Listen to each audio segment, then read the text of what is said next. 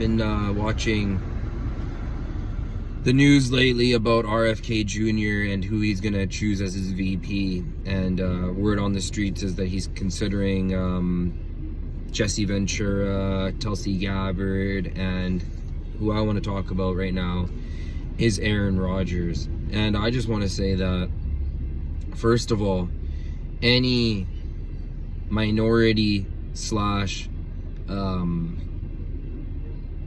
pro-Palestine or Muslim person should never even have it on the table to vote for RFK Jr. Why? RFK Jr. is a very sharp, cunning man. How? Because he knows how to play the game. In what way? The way he dealt with the vaccines. And he came out in the very beginning and he portrayed himself as the guy that stands up to authority, the guy who, you know, wants to be on the right side of history, the guy that's unbiased, the guy that doesn't kowtow to big politics, the guy who will say the truth at all costs.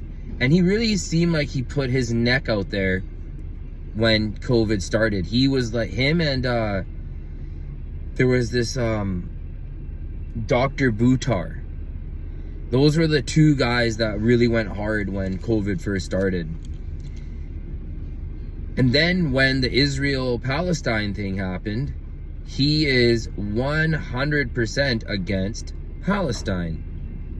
Now, you're allowed to have your own opinion. You're allowed to feel how you want to feel. But at the same time, with RFK Jr., the selling point to him is his authenticity. Is that he wants to always be on the right side of history. But he's just a squeaky little bitch. And he looks like a great guy, and they compare him to Bernie Sanders. And Bernie Sanders is also now a well-established war hawk. Bernie Sanders never came out and said ceasefire. Bernie Sanders, he never complained after he got robbed of his nomination back in the day. He's an establishment guy. He is 100% full military-industrial complex. And back to RFK Jr. I don't like RFK Jr. because now that I'm able to see how he completely went weird against Palestine, it just makes me really question what his real motives and intentions were for talking about the thing that went in your arm, which I'm completely against and I never complied with. So when you see RFK Jr. talking about how he wants to have Aaron Rodgers as his running mate, that's brand suicide for Aaron Rodgers. That is a stupid decision to make, because you're literally saying that you want to be with a pro-war guy, and the youth ain't about that shit. So I just want to say that I don't fucks with RFK Jr. at all. I don't trust him at all. And if Aaron Rodgers somehow decides to link up with RFK Jr., dude, you literally will destroy your brand. No one really fucks with Zelensky anymore.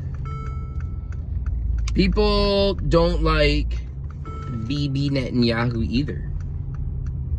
He's weird. And the fact that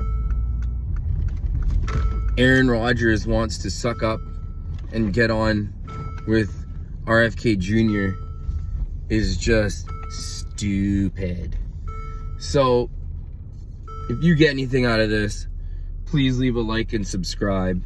And it's about time that people call out these pro-war military-industrial complex, more than likely blackmailed figures of power. So let me be very clear. I lean more to Trump. I always have. And given the option between Trump, Biden, and RFK, I'll just be flat with you. It'd go Trump first.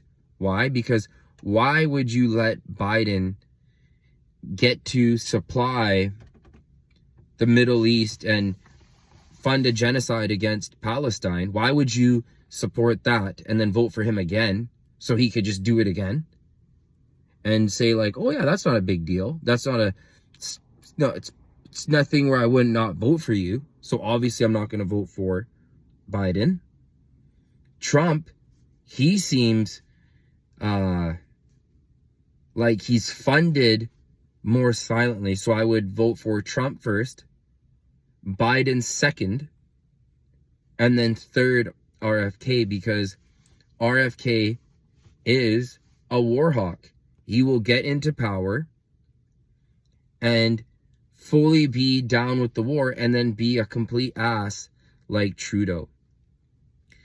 He would be so happy to be hated and he wouldn't even care. That's the thing. It wouldn't even faze him. He seems like he has thick skin. So if you get anything out of this, please leave a like and subscribe. Thank you.